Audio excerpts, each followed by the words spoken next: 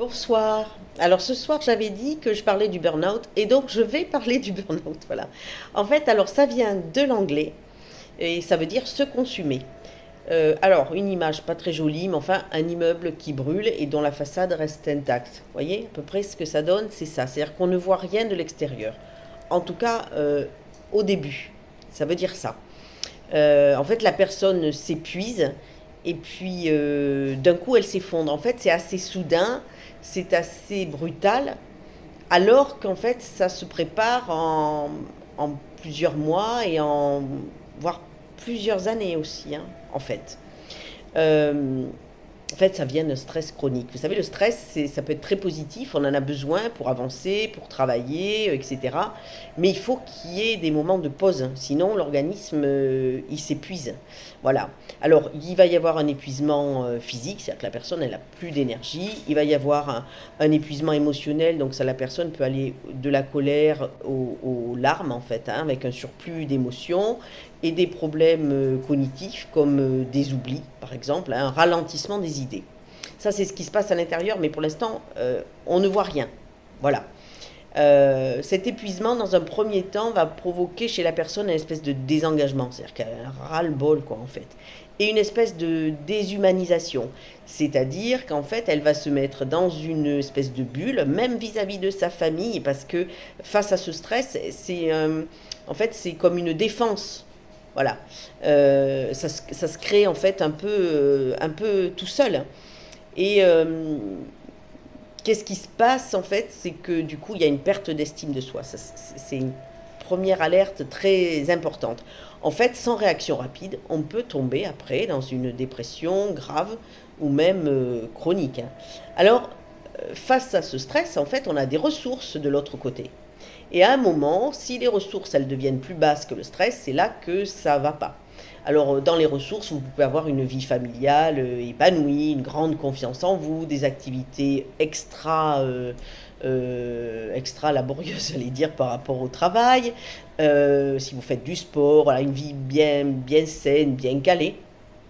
Euh, Plus au travail, on va vous valoriser, voilà, vous donner diverses tâches, il y aura une équité dans les salaires, enfin un tas de choses, vous allez tenir le choc. Par contre, si c'est l'inverse qui se passe, pour peu que vous ayez une vie personnelle un peu difficile, que vous n'arriviez pas à faire face à la maison, aux charges, etc., et que en plus dans votre travail, on ne vous reconnaît pas exactement ce que vous pouvez faire.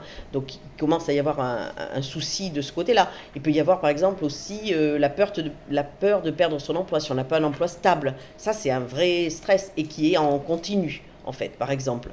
Et donc là, si ces ressources, elles baissent, et bien, automatiquement, le stress monte et il ne s'arrête plus. En fait, c'est ça.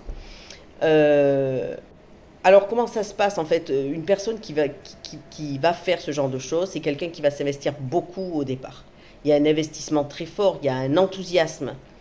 Dans un deuxième temps, qu'est-ce qui se passe? Il y a une stagnation, une frustration. Ça avance pas comme je veux. Donc, je suis pas bien.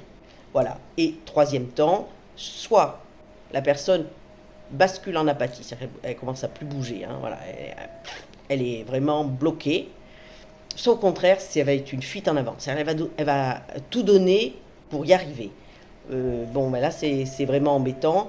Et là, ça donne effectivement une dévalorisation, une démoralisation, une perte d'efficacité et encore une fois, une perte de confiance en soi. Voilà. Et là, les symptômes commencent à apparaître. Et qu'est-ce qui se passe? Alors, les symptômes physiques, c'est la personne parle trop vite, elle a mal au dos, hein, on en a plein le dos. La personne a des problèmes de sommeil, elle a des problèmes de peau, vous avez de l'eczéma, vous avez de l'urticaire, elle a mal à la tête, par exemple, aussi. Elle peut faire de l'hypertension, enfin un tas de choses, c'est-à-dire que le corps il parle, hein, quand même, hein. Voilà, mais il faut réunir les éléments. Alors, les symptômes psychiques, ben, il y a un changement de comportement, hein. La personne, elle se replie sur elle-même, même à la maison, hein. Voilà. Elle va demander à son médecin souvent des anxiolytiques. Il peut y avoir des débuts d'addiction parce que le soir, on peut avoir envie d'un verre d'alcool, ce qui va faire exactement la même chose qu'un anxiolytique, hein. C'est fait pour détendre et pour faire lâcher ce stress. Et puis, ben, il y a des troubles intellectuels, hein. Donc, qu'est-ce que ça donne? Ça donne un manque de concentration. Donc, ça peut donner des erreurs d'ailleurs, des oublis, des pertes de mémoire. On cherche beaucoup ces mots. Et ça, vous pouvez le sentir. Dès que vous avez un peu trop de stress, on le ressent très vite, ça bute et on cherche les mots. À titre personnel, quand je commence à chercher les mots, c'est que je sais que là, je suis limite. Parce que moi, j'ai déjà dépassé les limites. Donc, je sais maintenant reconnaître les signes. Voilà. Et puis, on a les troubles émotionnels, c'est-à-dire qu'un dysfonctionnement, c'est-à-dire qu'il va y avoir quelqu'un qui va se mettre en colère ou beaucoup pleurer, il va y avoir une anxiété, il peut y avoir des crises d'angoisse. Donc, en fait, vous voyez, ce corps parle énormément. Voilà. Et à un stade avancé, effectivement, le burn-out et la dépression se ressemblent, sauf que la dépression, la personne ne peut plus faire semblant, elle ne bouge plus, en fait, hein. Alors que le burn-out, c'est ça. Mais il y a un moment où c'est très limite.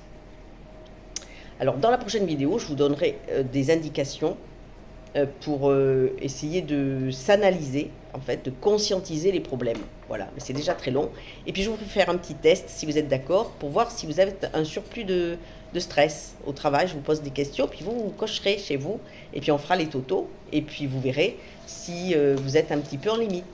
Voilà. Et le stress ambiant aussi n'aide pas. Donc, effectivement, il faut faire attention. Voilà, je vous souhaite un beau week-end, je crois, sous la pluie. Vous entendez mon poêle derrière qui chauffe, qui marche super bien. D'ailleurs, je pense avoir un peu chaud, en fait.